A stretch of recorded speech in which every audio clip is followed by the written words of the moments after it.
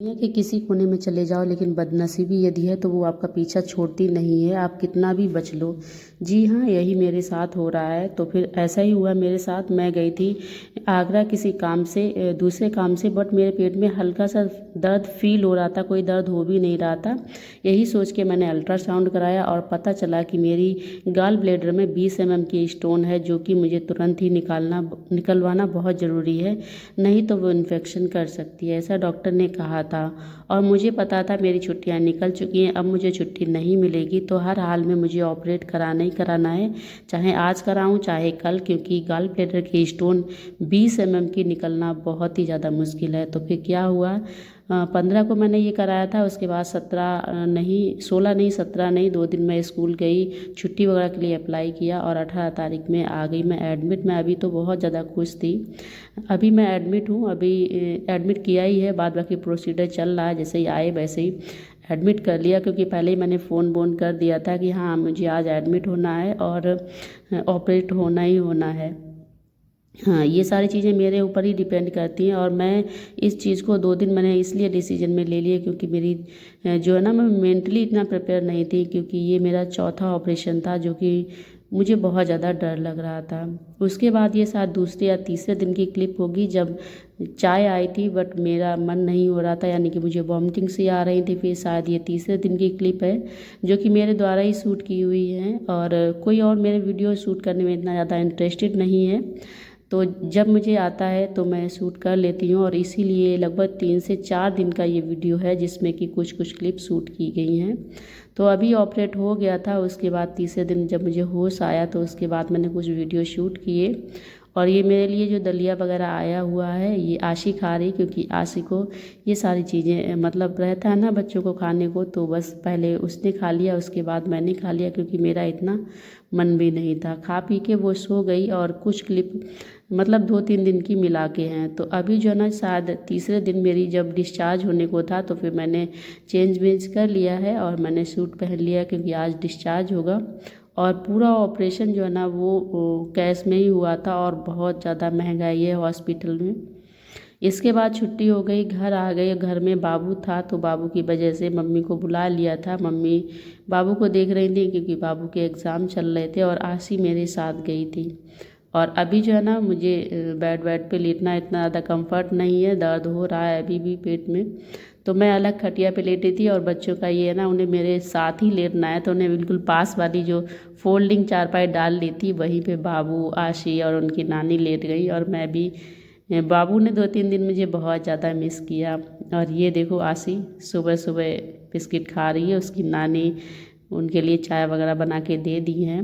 और ये वाली मैट, मैंने जो मैट बिछी है, ये आपने देखी होगी, सॉरी आपने पहली बार ही देखी होगी, और ये मैंने बहुत सस्ते में अपने स्कूल से खरीदी थी। स्कूल में एक लोग बेचने आए थे। तो अभी शायद मम्मी मेरे लिए चाय लेके आ रही है, सुबह का समय है, और धूप जो है ना, वो अच्छी वाली अभी हो रही है। तो मम्मी बेचारी मतलब वैसे तो परेशान है ही, और बट मेरी वजह से और भी ज़्यादा परेशान है। और फिर जब मेरी छुट्टी हो आई, उसके तीसरे अरे चौथे दिन मम्मी का मन हुआ कि हाँ दाल रखी हो, तो लाओ मैं ये काम कर दूँ, क्योंकि देखो जब स्कूल होता तो मुझसे तो ये काम होते नहीं हैं। और धूप हो रही है, तो उन्होंने कहा चलो मैं बनवा देती हूँ, एक्चुअली बना देती हूँ मतलब उन्होंने ही सब कुछ किया था, बट मैं तो शायद तीसरे या चौथे दिन छत पे हल्का सा आके बैठ गई थी आराम से, क्योंकि धूप वगैरह लेना भी था। और अच्छा, आप लोग ये कहोगे ऑपरेट हुआ तो फिर छत पे कैसे आ गई? डॉक्टर ने मुझे किसी चीज़ के लिए मना नहीं किया, उन्होंने दूसरे दिन ही बोला था आप वॉक कर सकते हो, क्योंकि ऑपरेट होने के 5 से 6 घंटे बाद ही उन्होंने मतलब मुझे एक बेड से दूसरे बेड पे चल के जाने को कहा था।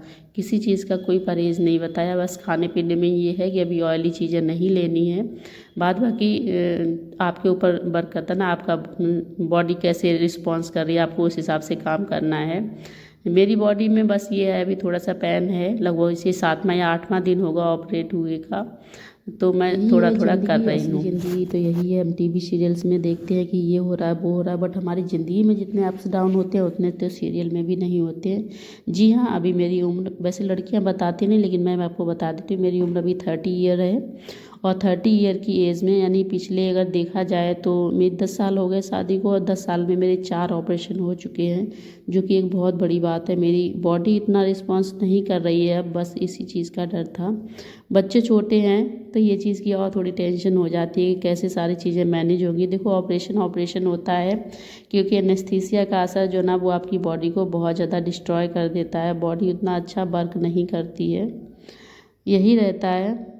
तो फ़िलहाल अभी आप आज के वीडियो में सही से देख पाएंगे। ये है मेरा छोटा सा आशियाना, जो कि बहुत ही ज़्यादा मेहनत करके, यानी कि कहें तो खून पसीने की कमाई करके मैंने बनवा के रखा है। और अभी मेरी मम्मी मुझे पूरा सपोर्ट कर रही है, यानी कि सारे काम वाम वही देख रही हैं। बाबू और आशिया आई थिंक स्कूल गए हुए हैं और मैं बस लेटी हुई हूँ। मम्मी कोई मतलब उठने ही नहीं देती हैं, बट मेरा ये रहता है कि मैं थोड़ा सा उठ के कुछ करूँ, चलूँ फिरूँ, क्योंकि मुझे 2 दिन बाद तो स्कूल ज्वाइन करना ही है। लेटे लेटे हमारा नहीं होगा, क्योंकि स्कूल से इतना लंबा छुट्टी नहीं मिल रहा है, क्योंकि बच्चों के भी एग्ज़ाम वगैरह आने वाले हैं, तो फिर छुट्टी अलाउ नहीं कर रहे। इसके बाद ये आई थिंक दोपहर की चाय है। बहुत सारे लोग आ रहे हैं जा रहे हैं, देखने वाले जिन्हें पता चलता है सब लोग आते हैं। लेकिन अभी आपको पता होगा कि मैं इतने वीडियोस नहीं बनाती हूँ, लोगों को पता भी नहीं है, इसलिए मैं किसी को कैप्चर ही नहीं करती हूँ। बहुत सारे लोग आए थे, मेरी जेठानी और भी लोग, और मैंने कैप्चर नहीं किया था। फिर ये उसके बाद अगले दिन का है या उसी दिन का शाम का वीडियो है। तो अभी ना यहाँ पे ना मैं सोच रही हूँ मैं अपने लिए तख्त बिछवा लूँ, क्योंकि खटियों में प्रॉपर बिस्तर नहीं बिछ पाता, इस पर नींद नहीं आती है, और अभी ना आराम की बहुत ज़्यादा ज़रूरत है। तो मैं सोच रही हूँ तख्त बाहर वाले रूम में है बैठक में, वो तख्त मैं यहाँ बिछवा लूँगी। ज़्यादा बोल नहीं पा रही हूँ, मैं फ़िलहाल बैठी हूँ। देखो मैं नहीं कर रही हूँ, मम्मी आज चली गई हैं दोपहर में, तो सारे काम बाबू के पापा के ऊपर हैं। अब वो देखो क्या करना करते हैं, जज मत करना किसी भी चीज़ को, बस जेंट्स जितना कर सकते उतना कर रहे हैं। ये वाली कटिया डलवा दे रहे हैं हम लोग, देखा भी दीजिए कौन कर रहा है। हाँ अब बाबू कर रहा है। ये कटिया यहाँ पे डाल दे रहे हैं, ये सारे लगा दो नीचे, ताकि और पत्थर खराब ना हो। तो फिर स्टोन, वो भी 20 mm की, बहुत बड़ी चीज़ है। तो फ़िलहाल क्या कह सकते हैं, जो आपकी किस्मत में है वो आपको मिलेगा, चाहे दुख हो चाहे सुख हो, जो भी चीज़ें हैं। मैंने इस चीज़ से ये चीज़ रियलाइज़ कर ली। मैं पहले खुद को बहुत निगेटिव रखती थी, लेकिन मैं अब बहुत पॉजिटिव हो गई हूँ कि हाँ, जो आपकी चीज़ में किस्मत में है, वो आपको मिल के ही रहना है। आप कितना भी भाग लो किस चीज़ों से, लेकिन वो आपको मिल के रहेगा। इसलिए आप पॉजिटिव रहिएगा, खुश रहिएगा, और सब कुछ ऊपर वाले के ऊपर छोड़ दीजिए कि वो जो भी करेंगे ना वो आपके लिए अच्छा ही करेंगे। और इसी पॉजिटिव मतलब चीज़ों के साथ में यदि आप रहेंगे तो ज़्यादा अच्छा होगा आपकी लाइफ के लिए।